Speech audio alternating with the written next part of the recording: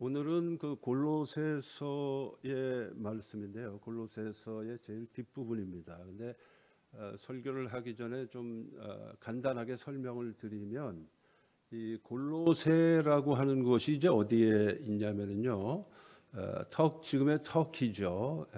우리 한반도처럼 이제 터키도 반도인데 우리 한반도는 북쪽에서 남쪽으로 이제 이렇게 뻗어 내려와 있고 터키는 동쪽에서 서쪽으로 이렇게 뻗어 있는 반도입니다. 여러분이 뭐 지도를 보셔서 잘 아시겠지만 터키가 이렇게 동쪽에서 서쪽으로 반도가 뻗어 있으면 서해안, 터키의 서해안에 한 중간에 에베소가 있습니다. 에베소 딱 중간이에요. 서해안의 중간. 그리스가 여기 있고 이태리가 여기 있죠. 바울은 이 이태리의 로마에 지금 있는 거고요. 그런데 이 에베소에서부터 오른쪽으로 즉 동쪽으로 100마일 정도 가면 완전 내륙이에요. 거기에 골로새가 있어요. 그리고 골로새 바로 옆에 라오디게아가 있습니다. 그러니까 바울은 이 골로새서를 기록을 해서 골로새 교회로 보내면서 동시에 그 옆에 있는 타운인 라오디게아에도 교회가 있었습니다. 그래서 라오디게아에도 편지를 써서 같이 보내는 거예요. 그래서 골로새 교회에 보내는 이 편지, 골로새서죠. 이 편지를 골로새 교회 사람들이 읽은 다음에 라오디게아 교회 사람들도 읽어요. 그리고 라오디게아로 보낸 편지도 마찬가지로 그 사람들이 읽고 또 골로새 교회 성도들도 읽는 것입니다. 만약에 그 편지가 지금 잃어버려서 그렇지 남아 있다면 아마 그 편지는 라오디게아 서가 됐겠죠. 근데 이건 잃어버렸기 때문에 성경 안에 없는 것입니다. 물론 그 모든 것은 이제 하나님의 섭리 가운데서 다 일어나고 있다 이렇게 이제 보시면은 되겠습니다. 제가 설교 원고에는 없지만 조금 설명을 드리는 게 여러분들이 이해하시는데 도움이 될 것 같아서 아직은 설교를 안 한 거예요. 그래서 이제 지금부터 이제 설교를 하는 겁니다. 이제 한국에서는 대선이 5개월도 이제 채 안 남은 시점이 되어서 5개월 정도 5개월 이제 조금 더 남았네요. 지금까지 이제 대선을 향하는 과정을 이제 우리 한국 사람으로 지켜보면서 여러 가지 생각을 하게 됐습니다. 그 중에 이제 하나의 생각은 좀 안 됐지만 정치인들이 대체로 의리가 부족한 사람들이 많고 목적을 위해서는 수단과 방법을 가리지 않는 좀 특수부류라는 생각을 많이 하게 됐습니다. 뭐 여당이든 야당이든 그저 그때 상황에 따라서 각자의 이익을 위해서 말을 바꾸거나 유불리에 따라서 합종연횡하는 그런 모습을 보면 가히 의리의 실종이요 목적을 위해서는 인간의 기본 도리도 저버릴 수 있구나라는 그런 서글픈 생각을 하게 됩니다. 한마디로 대체로 정치인들의 인간관계는 너무 가볍고 거기에 대한 그럴듯한 변명들만 무성하다 이런 생각이에요. 일국의 리더가 되겠다고 하는 사람들이 이러니 그 백성들이 정치인들 그러면 아주 진저리를 치는 것이죠. 그래도 이 반면교사라는 게 있잖아요. 저렇게 하면 안 된다. 나는 저렇게는 안 하겠다. 그러면서 배우는 게 이제 반면교사로 삼는다 그런 말을 하잖아요. 자, 그런 면에서 그 정치인들이 우리들에게 정상적인 우리들에게 반면교사의 역할을 한다 저는 그렇게 생각을 합니다. 그래서 우리 믿는 사람들은 그런 면에서 그분들하고는 분명히 달라야 하겠습니다. 한 교회에서 함께 한솥밥을 먹으면서 서로 의리를 지키고 주 안에서 긴밀한 인간관계를 더욱 돈독하게 해나가는 것이 신앙인들의 모습이어야 하겠습니다. 머릿돌 교회 성도들이 모두 그런 분들이 다 되시기를 주의 이름으로 축원합니다. 자, 오늘 본문은 전체적으로 문안 인사로 되어 있습니다. 저도 이제 다음 주가 마지막 설교이기 때문에 머릿돌 교회에서 그래서 이제 인사말이 있는 본문을 가지고 제가 설교를 해야 되겠다 그렇게 생각을 했습니다. 이 본문 자체만 보면은 좀 딱딱한 내용이에요. 그렇지만 우리가 이 내용을 좀 자세히 이렇게 들여다 보면은 이 안에서 우리가 도전받을 수 있는 내용이 여러 가지가 있습니다.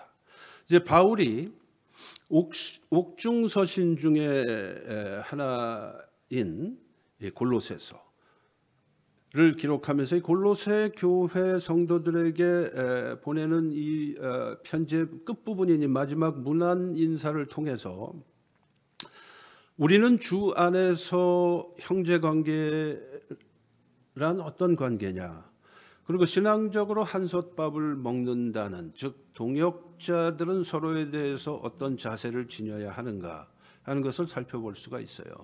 꼭 무슨 목회자들끼리만 동역자가 아니에요.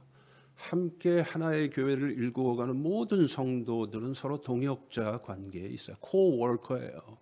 그걸 우리가 꼭 인식할 필요가 있습니다. 그런데 자, 이러한 관계를 우리가 잘 파악을 하면 이것은 우리 인생 전체를 살아가면서 모든 인간관계에 적용되는 원칙들이기도 하다라는 점에서 오늘 본문이 우리에게 주는 신앙적 교훈이 굉장히 큰 것입니다.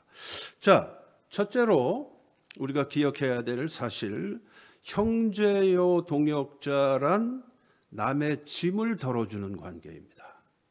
그래서 내 짐만 지고 계속 가는 게 인생이 아니고 때로는 남의 짐도 같이 질 때도 있는 것이거든요. 그래야 또 내가 힘들 때 내 짐을 또 다른 사람이 또 져주기도 하거든요. 우리는 더불어 살아가는 존재인데 교회는 특별히 더 그래야 된다, 이런 뜻입니다. 자, 오늘 본문 7절에 보면은 두기고라는 인물이 등장하는데 이 사람이 여기에 해당돼요. 남의 짐을 덜어주는 사람이에요. 두기고, 영어로는 타이치커스라고 발음합니다. 타이치커스. 그런데 이 두기고는 로마의 식민지였던 아시아 지방이 지금의 터키 서부예요. 지금은 우리가 그걸 소아시아라 그러잖아요. 에이시아 마이너, 그죠? 소아시아라 그러는데 이 당시에는 아시아라고 불렀어요. 그러니까 아시아 프로빈스죠, 로마 제국에. 근데 이 아시아 지방 출신이에요, 이 두기고가. 그런데 이 사람이 재난과 기근이 있었던 그 예루살렘 교회에 바울의 메신저로서 구제 헌금을 전달하는 전달자 역할을 했고, 그리고 바울의 편지를 이곳저곳으로 날랐던 사람으로 이 두기고 자신이 마치 바울의 편지와도 같은 그런 사람입니다. 근데 여러 차례 언급했고 여러분이 잘 아시지만 당시의 편지라고 하는 것은 파피루스에 기록을 했기 때문에 공간상 제약이 많았어요. 그래서 하고 싶은 내용을 마음껏 다 쓸 수가 없어요. 그중에 그냥 골자만 간추려서 써서 보내는 거예요. 그러면 어떻게 되느냐?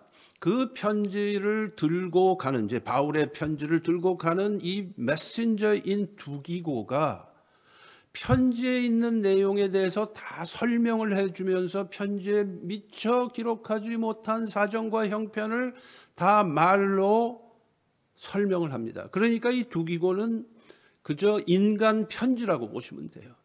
바울의 진짜 메신저 역할을 한 사람입니다. 그러니까 이 두기고가 얼마나 중요한 인물이냐 여러분들이 이해를 해야 되는 것입니다. 즉 바울의 사역에 남은 부분을 채워주는 사람, 달리 말하면 남의 짐을 덜어주는 사람이 두기고다라는 거예요. 그런 면에서 바울의 조력자 역할을 훌륭하게 해낸 사람이 두기고입니다. 그리고 또 그런 역할을 했던 사람이 그 다음에 나오는 유스도예요. 그러니까 유스도에 대해서는 우리가 자세히 알 수가 없습니다. 기록된 게 거의 없기 때문에. 그렇지만은 분명한 사실은 뭐냐? 바울이 오늘 본문 11절에서 뭐라고 하고 있느냐? 나와 함께 역사하는 자. 나와 함께 역사하는 자. 이 역사라는 말을 뒤집으면 사역이 되잖아요. 그 사역의 뜻이에요, 역사가. 즉 나와 함께 사역하는 자. 즉 동역자라는 뜻이죠. 예, 이 유스도는 나의 동역자요. 바울이 말하기를 나의 위로가 되었느니라 라고 평가한 걸로 봐서, 비록 기록은 별로 안 돼 있지만 이 유스도 또한 바울의 귀한 일꾼이었을 것이다 라고 우리가 짐작할 수가 있습니다. 나의 위로가 되었느니라. 우리들은 성도로서 서로에게 힘들 때 위로가 되어주는 그런 사람들이 되어야 하겠습니다. 아멘입니까? 아주 오래전에, 제가 아주 젊은 시절에 한국을 방문했을 때입니다. 그러니까 제가 이제 85년도에 유학을 오고 미국으로, 그리고 나서 6년 반 만에 처음으로 한국을 나가서 저희 부모님을 뵌 적이 있어요. 그러니까 91년이 되겠죠. 아주 오래, 지금부터 오래전 얘기예요. 30년 전인가요? 지금부터? 그래서 한국을 이제 방문을 했는데 제 친구가 저한테는 베스트 프렌드입니다. 그 친구가 이런 말을 하는 거예요. 그 친구는 제가 이제 85년 1월 달에 미국으로 오고 그 이듬해 86년에 이제 결혼을 했었습니다. 그런데 그 친구가 저한테 이러는 거예요. 야, 내가 결혼식을 하는데 그 많은 축하객들 중에서 가장 먼저 제 1착으로 예식장에 나타나신 분이 너희 아버님이셨어. 그러면서 굉장히 저한테 고맙다는 그런 얘기를 하는 것입니다. 근데 그 당시에 제 친구가요, 불과 30의 나이에 MBC에서 그 여러분들도 대부분 아시는 그 전원일기의 프로듀서였어요. MBC 역사상 최연소 프로듀서의 가장 최단기간 내 조연출이었다가 3년 만에 연출이 된 그런 사람이었습니다.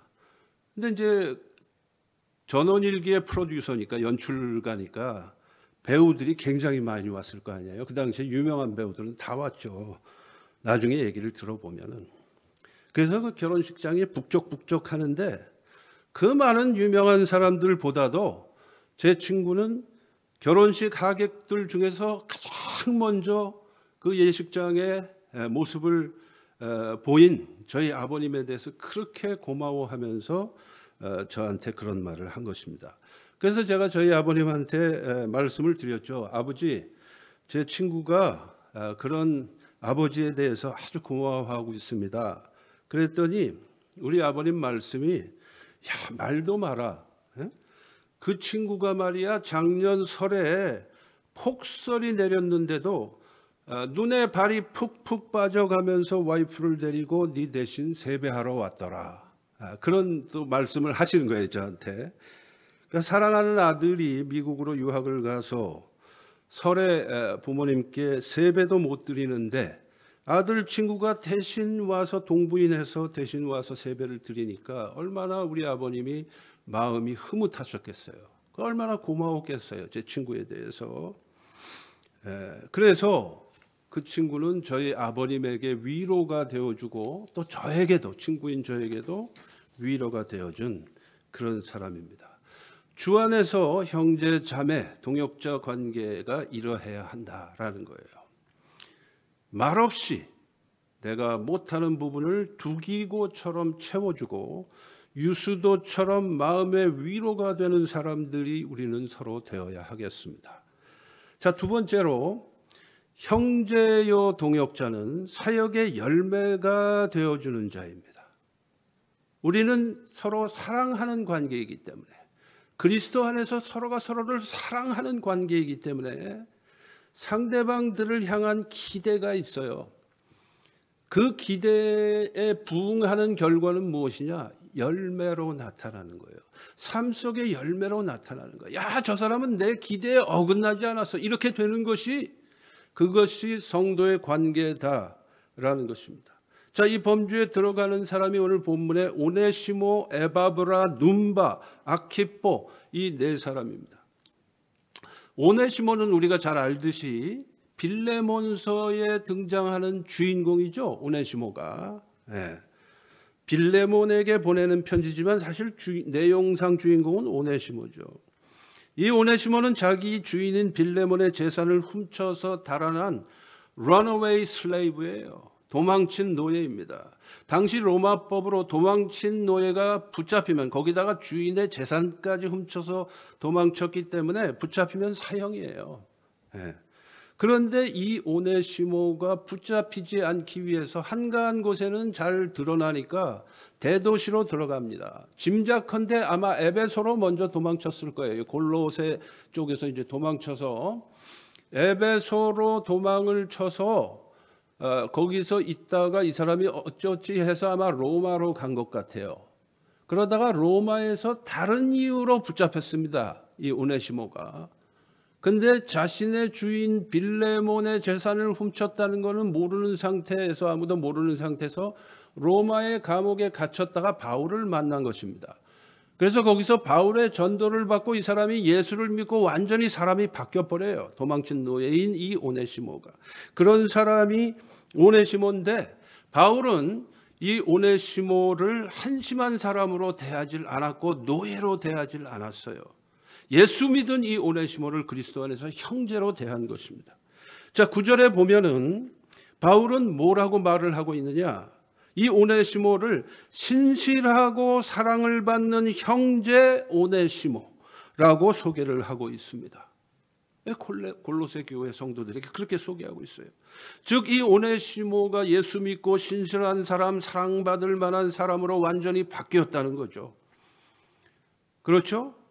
그래서 이 빌레몬서, 이 골로새서 말고 같은 옥중 서신인 빌레몬서에서 바울은 이 오네시모를 가리켜서 갇힌 중에서 낳은 아들 오네시모, 이렇게 표현을 하고 있습니다. 바울이 아들이라고 일컬은 사람은 디모데하고 디도하고 오네시모뿐이에요. 이 오네시모가 얼마나 바울에게 소중히 여김을 받은 사람이었을까 하는 것을 짐작할 수 있는 거죠. 즉, 바울이 수형 생활 중에, 로마의 제1차 투옥 때 이 골로새서를 썼지 않습니까? 수형 생활 중에 전도에서 낳은 영적 아들이라는 거예요, 이 오네시모가. 그러니까 이 오네시모는 바울의 사랑하는 성도요 제자입니다. 그러니까 expectation이 있겠죠. 이 오네시모가 비록 지금은 죄수의 몸이지만 언젠가는 하나님 나라를 위해서 쓰임받을 인물이다라고 바울은 확신하고 있었어요. 한마디로 말해서 오네시모는 바울이 옥중에서 맺은 사역의 열매입니다. 도망친 노예가 바울의 신실한 제자요 동역자가 된 것입니다. 그러니까 이 오네시모가 바울에게는 얼마나 보람이 되었겠습니까? 다른 기록들에 의하면, 성경 안에는 없지만 성경 외적 자료들에 의하면 이 오네시모가 나중에 당시에 아시아 지방의 수도였던, 조금 전에 제가 말씀드린 서해안 가운데 있는 이 에베소 교회의 감독이 됩니다. 놀랍잖아요. 도망친 노예가, 잡히면 사형당할 노예가 나중에 하나님 나라의 한 지역을 총괄하는, 아시아 지방 전체를 총괄하는 에베소 교회의 감독이 됩니다.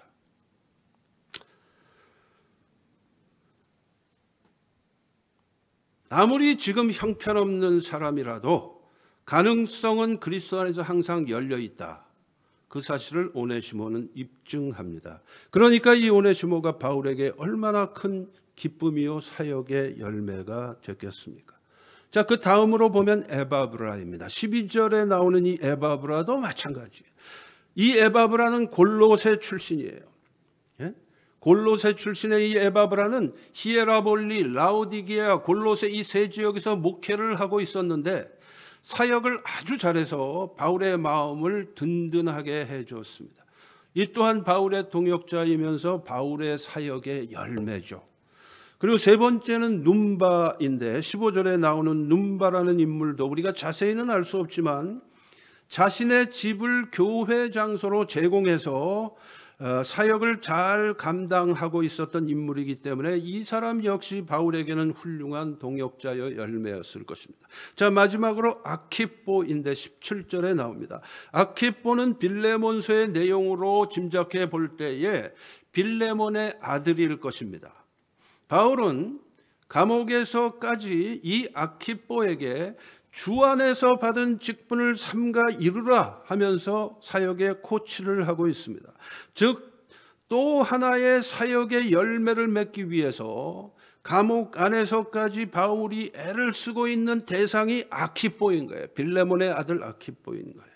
자, 이 네 사람의 모습을 통해서 볼 때에 형제요 동역자란 신앙 안에서 자라고 사역의 열매를 맺어 목회자의 마음을 기쁘게 하는 사람입니다. 아멘입니까? 자, 여러분들도 여러분의 담임 목사님이신 이상칠 목사님께 그리고 교회 리더들에게 그런 분들이 다 되셔야 할 줄로 믿습니다. 네. 제가 미국에 오기 전에 사우디아라비아에서 이제 귀국해서 미국으로 유학 오기 전에 공백 기간이 한 1년 정도 있었습니다. 그때 한번 제 친구, 저하고 친한 친구의 부탁으로 그 친구의 조카 아이를 공부를 지도해 준 적이 있어요. 근데 거기에는 좀 사정이 있었습니다. 이 아이가 어떤 아이냐면은 어릴 때 높은 데서 떨어져 갖고 뇌를 다쳤어요. 아주 어릴 때 뇌를 다쳐 갖고 뇌출혈이 돼서 가만 놔두면은 사망할 수밖에 없는 그런 상황이 됐었습니다. 그 옛날이기 때문에 한국이 이제 의술이 발달하기 전이죠. 후진국 때니까. 그러니까 뇌를 다쳐 뇌출혈이 됐는데 죽을 수밖에 없는 상황이 됐습니다. 그래가지고 이제 그 집이 위기를 맞이하게 되죠.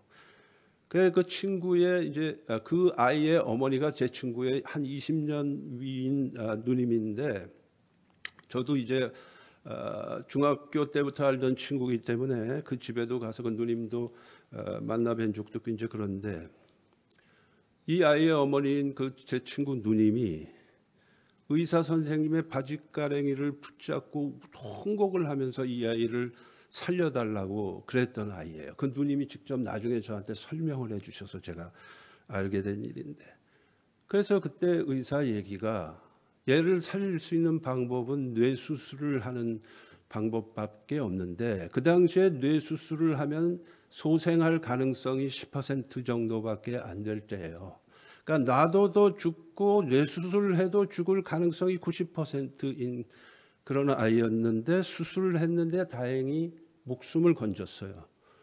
목숨은 건졌는데 그만 뇌를 건드리는 바람에 머리가 나빠졌어요. 지적인 능력이 떨어지게 된 거예요.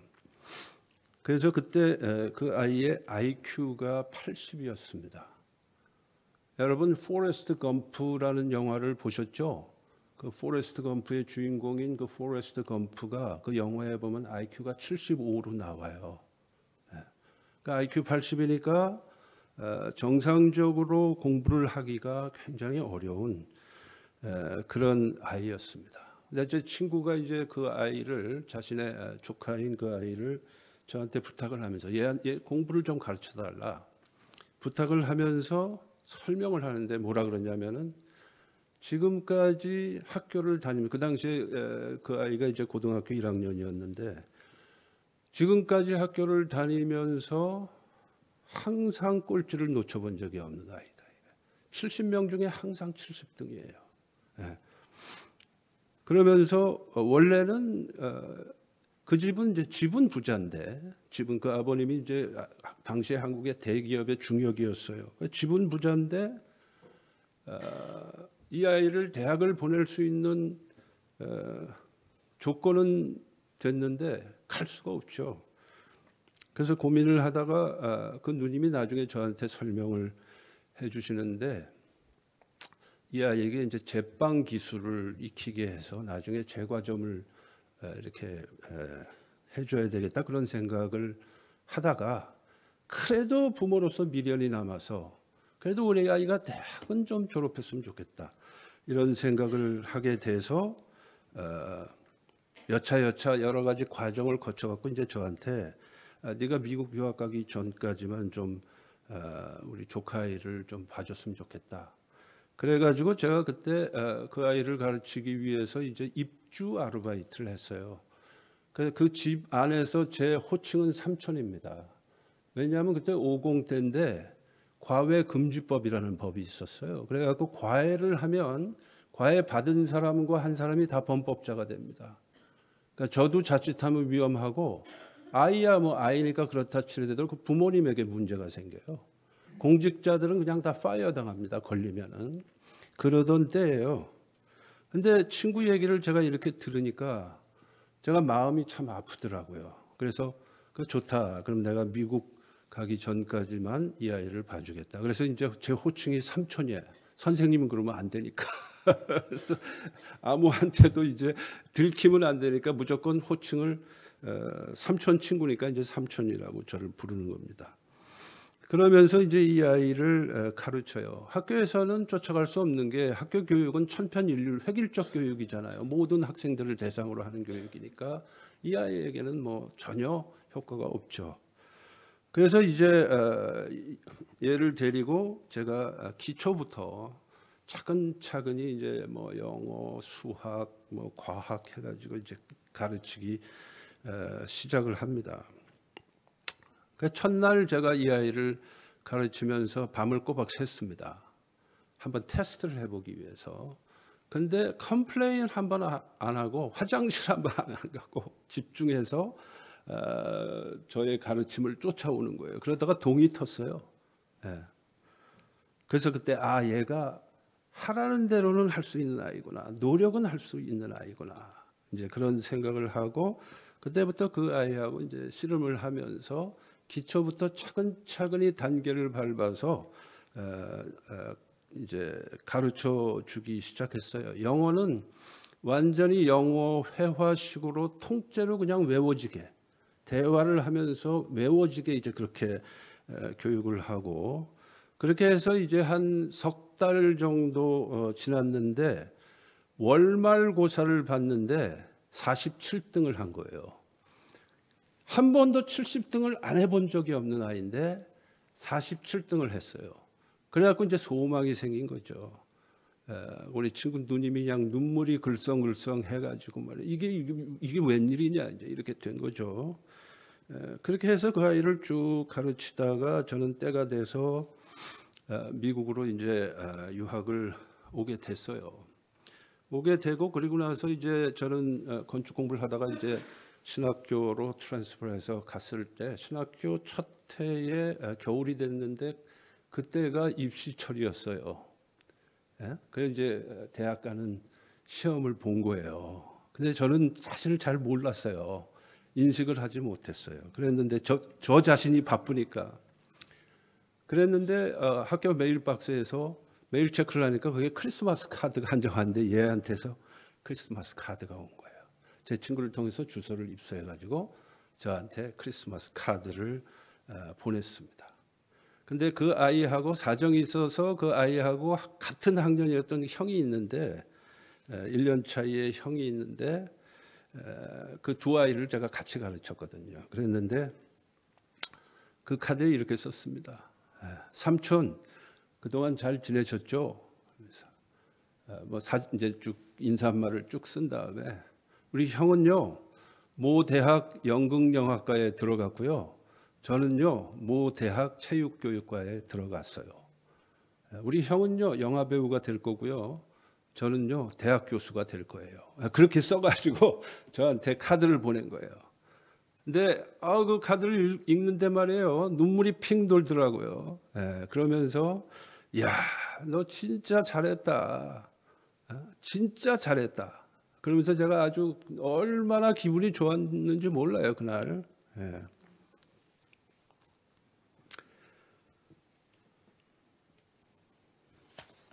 근데 그 아이가 말이에요 제가 가르칠 때 보면은 제가 밖에 나갔다가 들어오면은 항상 저한테 마실 걸 갖다 줘요. 뭐 오렌지 주스나 뭐 마실 거를 갖다 주고 삼촌 뭐 필요한 거 없으세요? 그럼 항상 저한테 아주 깍듯하게 아주 예우를 해요. 뭐 고등학교 1학년짜리 철부지인데도 그렇게 하는데 아주 심성이 굉장히 착하고 주위에 친구들이 많아요. 친구들이 많아. 친구들한테 인기가 있고 그런 아이예요. 그런데 어찌됐든 그 아이를 하나님께서 잘 인도해 주셔서 그런 결과를 이제 가지게 됐는데 그 일이 저한테는 그 이제 신학교 첫 해 말이에요. 막 공부는 밀려오고 스트레스 받는데 얼마나 인커리지먼트가 됐는지 몰라요. 얼마나 위로가 됐는지 몰라요. 예. 그때 저의 심정은 어쩌면은 이게 비교가 될지 모르지만 이제 나중에 바울이 순교당하잖아요. 네로 황제 때 순교당해서 참수형을 당합니다. 바울은. 그리고 주님의 곁으로 간 바울이 천국에서 이렇게 내려다보면서 자신의 사역의 열매인 오네시모, 도망친 노예였다가 예수 믿고 사람 된 오네시모가 나중에 에베소 감독이 된 모습을 이렇게 내려다보면서 얼마나 흐뭇해했을까. 아마 그거하고 좀 비슷한 심정일지도 몰라요. 그때 제 심정이. 상황은 달라도 말이에요. 자, 마지막 세 번째로 동역자는 무엇이냐? 형제는 무엇이냐? 끝까지 함께 있어주는 관계다라는 거예요. 누가와 마가와 데마와 아리스타고가 이 부류에 속합니다. 14절에 누가가 나오는데 누가는 여러분이 잘 아시듯이 의사입니다. 얼마든지 스스로 보람있게 잘 살 수 있는 사람이에요. 그렇지만 누가는 바울을 위해서 평생을 헌신합니다. 바울을 위해서 끝까지 곁에 있어준 사람이 누가입니다. 바울의 유언서라고 일컬어지는 디모데후서 마지막에 보면 모든 사람이 다 떠나가고 바울이 말하기를 누가만 나와 함께 있다 그렇게 말했습니다. 자신의 기득권을 다 포기하고 바울과 끝까지 동역한 사람이 바울의 제자요 동역자이며 친구였던 의사 누가입니다. 참 가슴 뭉클한 얘기죠. 자, 10절에 나오는 마가도 비슷해요. 1차 전도 여행 때, 바울의 1차 전도 여행 때 이 마가는 개인적 사정으로 도중에 예루살렘으로 돌아가 버리잖아요. 아시죠? 그래가지고 이 당시에 젊은 사역자 바울, 강직했던 이 바울에게 찍힌 인물이 마가죠. 그 바람에 그 마가의 아저씨 뻘 되는 바나바, 바울의 신앙의 선배, 사역의 선배인 바나바하고 바울이 서로 분쟁하게 만든 원인 제공자가 마가입니다. 그렇지만 나중에 이 마가는 바울과의 관계를 완전히 회복하고 끝까지 바울과 동역했던 인물이에요. 한때의 어려운 관계를 극복하고 회복해서 끝까지 동역자가 되어준 마가도 참으로 훌륭한 신앙인이요 동역자였습니다. 14절에 보면 데마라고 하는 인물이 등장합니다. 이 사람이 오늘 본문에 나오는 이 여러 인물들 중에서 가장 튀는 인물인데 다른 사람들은 대개 바울이 긍정적으로 인물평을 하고 있는데 비해서 이 데마 한 사람에 대해서만은 아무런 평가가 없어요. 14절을 제가 읽습니다. 사랑을 받는 의사 누가와 또 데마가 너희에게 문안하느니라. 데마가 너희에게 문안하느니라. 이렇게 되어 있거든요. 누가는 사랑을 받는 의사란 수식어가 붙어 있는데 데마는 아무 수식어가 없어요.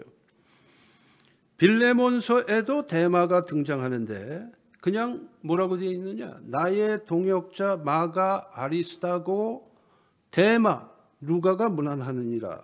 이렇게 되어 있어요. 그런데 이 데마가 디모데후서에 한 번 더 등장을 합니다.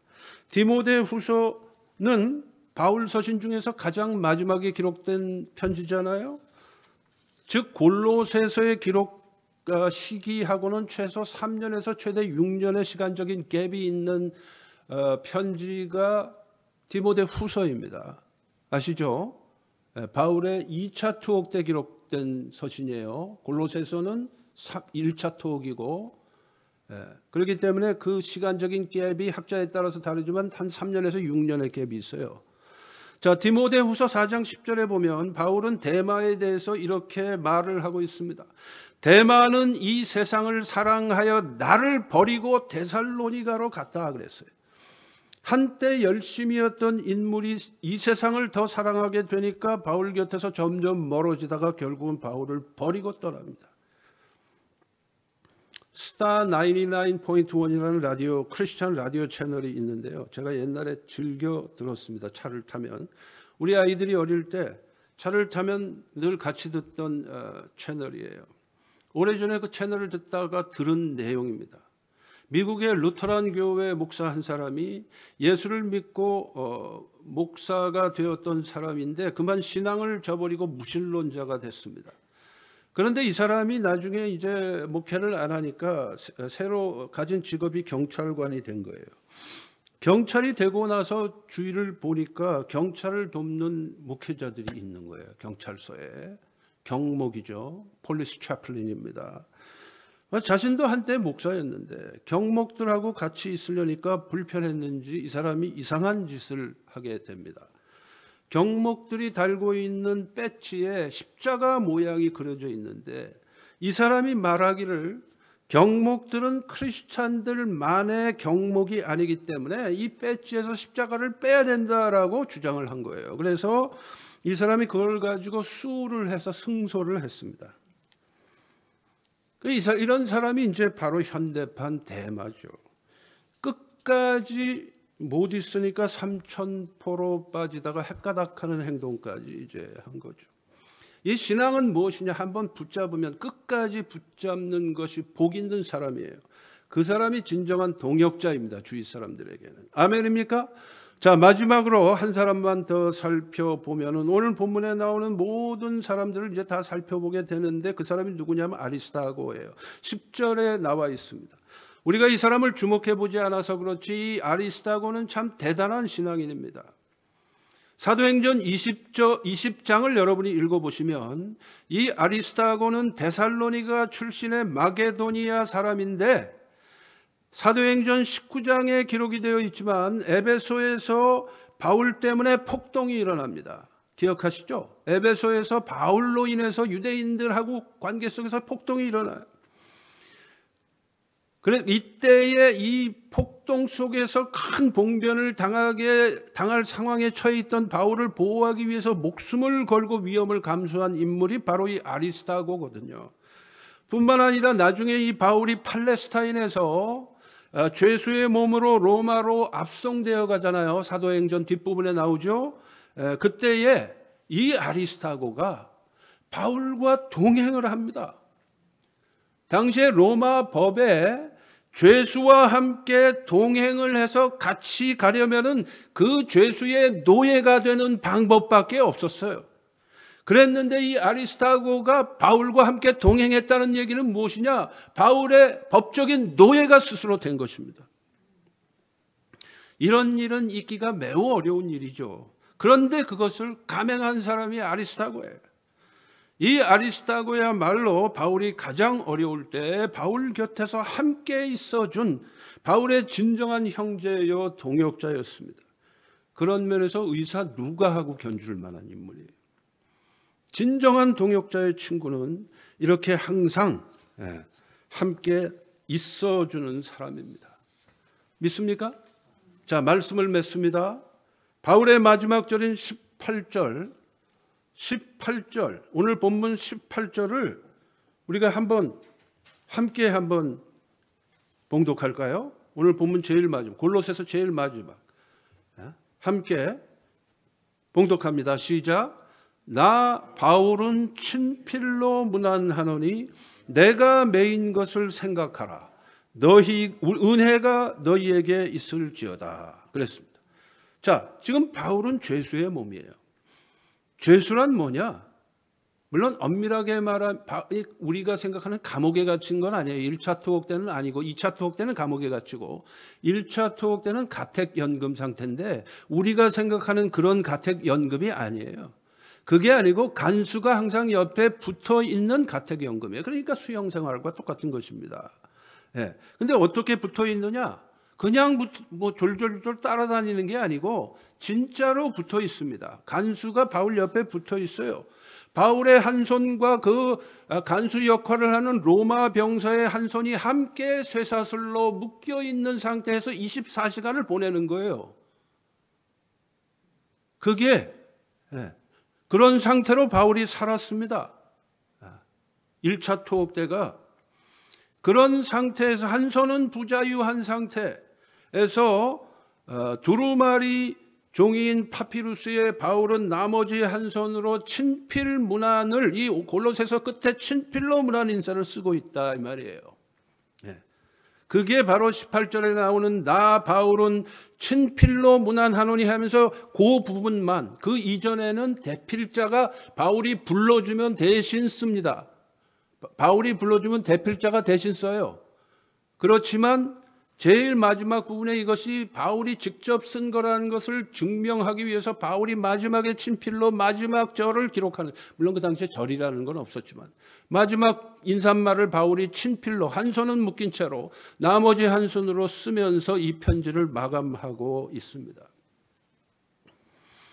그렇게 보면은 바울이야말로 동역자 중에 동역자의 모습을 보여주고 있는 것입니다.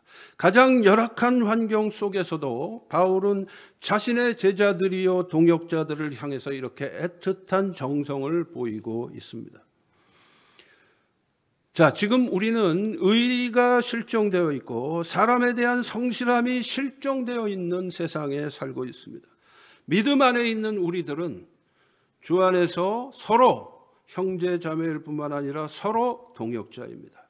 서로 짐을 덜어주는, 서로를 시원하게 하는, 마음을 시원하게 해주는 동역자가 되어야 합니다. 서로 사역의 열매가 돼서 서로에게 소망을 심어주고 위로가 되어주시기 바랍니다. 특히 설사 몸이 떨어져 있어도 서로 끝까지 함께 있어주는 사람들이 되시기를 주의 이름으로 축원합니다. 기도하시겠습니다.